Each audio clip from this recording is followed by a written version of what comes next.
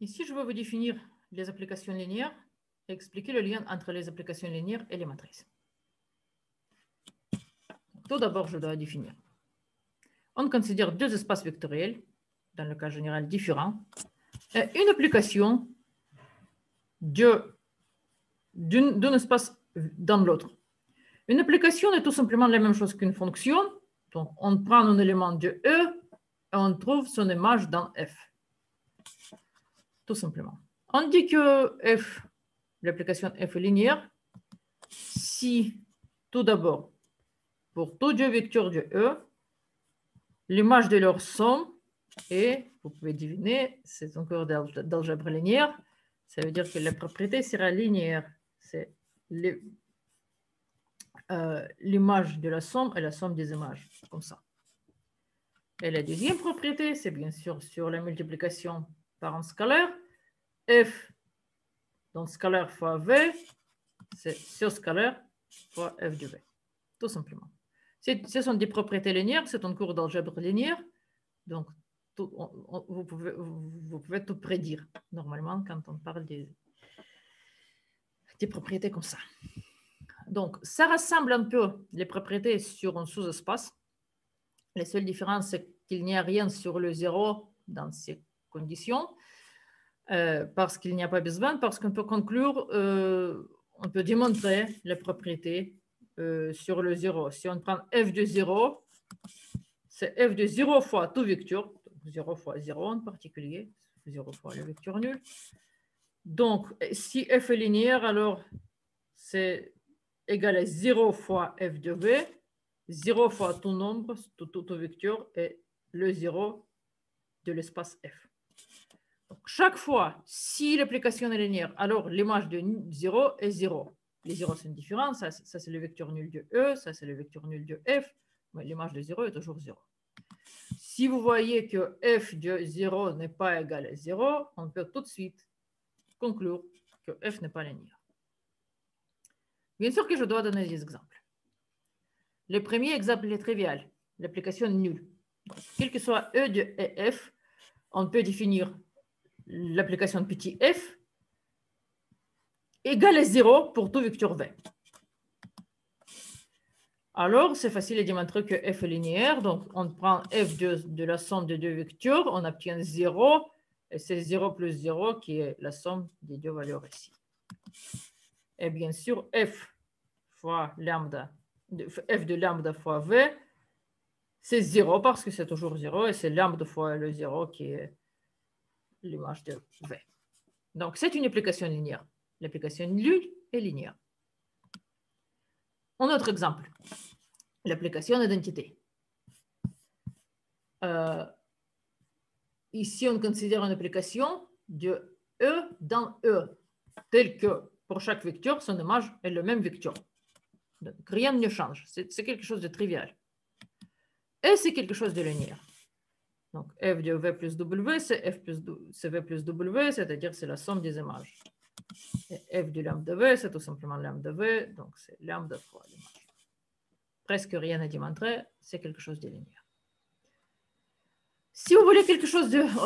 pardon, je dois dire aussi que f peut être noté comme l'application identité de E. C'est quelque chose comme le nombre 1, une application qui ne change rien.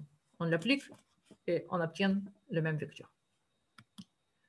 Donc, maintenant, je dois vous donner un exemple plus typique, moins trivial. Donc, je considère une application de R2 dans R3, telle que f de xy est définie comme ça. C'est un vecteur de dimension 3, défini comme ça. Montrons que c'est linéaire. Bon, c'est un petit peu fatigant. Normalement, on ne doit pas le faire. Je vais vous démontrer plus tard que toute application de ce type est linéaire. Mais en tout cas, je prends f de la somme. J'applique les règles ici. Donc, par exemple, la deuxième composante, la première plus 2 fois la deuxième, et ainsi de suite. Je peux séparer ce vecteur comme la somme des deux vecteurs, l'un sans prime, l'autre avec des primes. Et je vois que c'est la somme des images des deux vecteurs. Tout simplement. Je peux aussi faire la même chose avec la multiplication par un scalaire. Pas de souci, tout va bien. Donc, l'application est linéaire. Et un petit peu plus tard, je vais vous démontrer que toute application linéaire est comme ça. C'est juste quelques combinaisons linéaires des composantes du vecteur initial. Si on parle, bien sûr, de Rn, Rm. Mais maintenant, d'abord, je dois vous donner un exemple d'une application qui n'est pas linéaire. Dans un sens, vous pouvez voir tout de suite que ce n'est pas linéaire parce qu'il y a x au carré. C'est une fonction quadratique et non pas linéaire. Mais on doit démontrer que ce n'est pas linéaire. Alors, je prends l'image de la somme. L'image de ce vecteur, c'est la première composante au carré plus la deuxième composante au carré.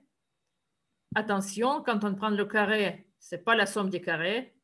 Il y a aussi le terme de x, x', et ici de y, y'. Si on compare avec la somme des carrés, on voit quelque chose de trop, on voit qu'il n'y a pas d'égalité. Mais en fait, pour être complètement sûr que c'est vraiment quelque chose de non linéaire, on doit toujours trouver un contre-exemple. Dans beaucoup d'exercices, on le demande, trouver un contre-exemple. Trouvons-le. Ici, presque tous les vecteurs nous conviennent, mais par exemple, on peut prendre x, y et x', y' égale à la même chose en 0. On n'a même pas besoin d'y parce qu'on a le carré de x, ça suffit pour donner un contre-exemple. Donc, f de ce vecteur en 0 est égal à 1. 1 au carré plus 0 au carré. Donc, normalement, la somme des images est égale à 2. 1 plus 1. Et si on prend maintenant l'image de la somme, c'est l'image de 2, 0, c'est-à-dire le carré de 2 égale à 4. Et on voit que 4 n'est pas égal à 1 plus 1, donc f n'est pas linéaire. Donc, chaque fois, si vous voyez quelque chose qui n'est pas une fonction linéaire, ici, en carré, en sinus, une valeur absolue, n'importe quoi qui n'est pas une combinaison linéaire, vous pouvez trouver un contre-exemple. Ça ne sera pas une application linéaire. Je vais vous démontrer quelle est la forme générale d'une application linéaire. Donc ici, je suppose qu'on travaille dans Rn et Rm. Donc on prend un vecteur de Rn et l'image sera dans Rm. Je ne sais rien sur n et m, ce sont des nombres positifs quelconques. Prenons la base canonique de Rn. Donc ce sont les vecteurs qui peuvent s'écrire comme ça. 1, 0, 0, 0, 1, jusqu'à 0, 0, 0, et le dernier 1. Prenons un vecteur quelconque de Rn. Donc, ça sera une combinaison linéaire des vecteurs de la base, c'est-à-dire ça sera un vecteur de cette forme. Et si on prend maintenant son image de f, l'image de ce vecteur, cette colonne, c'est l'image de cette combinaison linéaire. Et comme c'est une fonction, une application linéaire, je peux dire que c'est f fois f du premier terme plus f du deuxième terme, et ainsi de suite. Et maintenant, je peux mettre en évidence les constantes. Je peux obtenir quelque chose comme ça. Je ne sais rien sur f, mais je sais que c'est linéaire. Donc, je peux maintenant noter les images des vecteurs de la base canonique. Comment ça? Je peux noter la première image comme la colonne, comme ça. Attention, ce sont deux indices. Le premier indice, chaque fois, c'est le numéro de la ligne. Le deuxième indice, c'est le numéro de la colonne, donc du vecteur de la base canonique. Par exemple, ça, celui en 1, A en 1 et pas A11. Ce sont deux indices différents. Donc, ça, c'est la colonne qui est l'image du deuxième vecteur, et ainsi de suite, jusqu'à l'image du dernier vecteur numéro n. Donc, je peux remplacer f de v, c'est x1 fois f du premier vecteur de la base canonique, plus x2 fois l'image du deuxième vecteur de la base canonique, et ainsi de suite.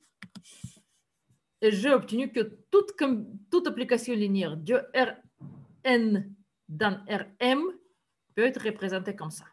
Il y a M lignes. Dans chacune des lignes, il y a une combinaison linéaire de N composantes du vecteur.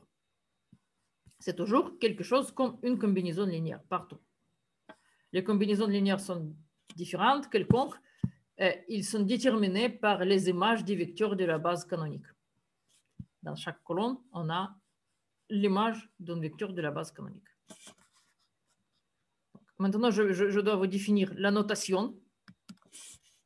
On peut écrire ce vecteur comme le produit de cette matrice des coefficients et ce vecteur initial. C'est juste la notation. Au lieu de ça, on peut écrire ça. C'est le produit d'une matrice et d'un vecteur. Ici, l'ordre est important. On doit toujours écrire la matrice avant le vecteur colonne. La semaine prochaine, on va discuter pourquoi. Donc, je peux noter cette matrice comme A. On a déjà noté ce vecteur comme V. Donc, je peux dire que toute application linéaire peut être représentée comme une matrice fois le vecteur qu'on traite.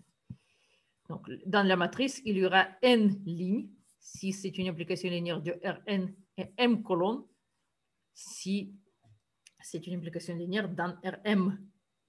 Et chaque colonne de cette matrice est l'image d'un vecteur de la base canonique de Rn. C'est la forme d'une application linéaire quelconque si toutes les dimensions sont finies. Par exemple, on a déjà considéré cette application. Donc, dans la première ligne, il y a 0 fois x plus 1 fois y. Donc, la première ligne de la matrice est comme ça. Dans la deuxième ligne, il y a 1 fois x plus 2 fois y. Dans la troisième ligne, il y a 1 fois x moins 1 fois y. Donc, on peut écrire cette application linéaire comme ça avec cette matrice. Pas de souci. Attention, il y a 3 lignes dans la matrice, mais seulement 2 lignes dans le vecteur. C'est tout à fait normal. Le nombre de colonnes ici est égal au nombre de lignes ici. OK. Un autre exemple maintenant. Si on prend l'application d'identité de Rn dans Rn, donc rien ne change. On applique à ce vecteur, on obtient le même vecteur. C'est-à-dire, dans la première ligne, on a x1 plus 0x2 plus 1, rien de plus que x1. Dans la deuxième ligne, il y a x2 et rien de plus, et ainsi de suite. Donc, on voit que c'est cette matrice identité fois ce vecteur. Cette matrice, c'est les 1 sur la diagonale et les 0 partout ailleurs. C'est une matrice de dimension n qu'on peut noter aussi IN, la matrice identité de dimension n. Vous pouvez vérifier que si vous multipliez cette matrice à ce vecteur, vous obtenez exactement le même vecteur. Si ce n'est pas évident, réfléchissez, vous allez voir. Et enfin, l'exemple le plus trivial possible, si on considère l'application nulle de Rn dans Rm, toutes les images sont nulles, en particulier les images des vecteurs de la base canonique sont nulles. Et la matrice est géniale, c'est juste les zéros partout. C'est une matrice de m lignes et n colonnes qui a toujours les zéros partout. Voilà, c'est comme ça marche. C'est comme ça on définit les matrices d'une application linéaire.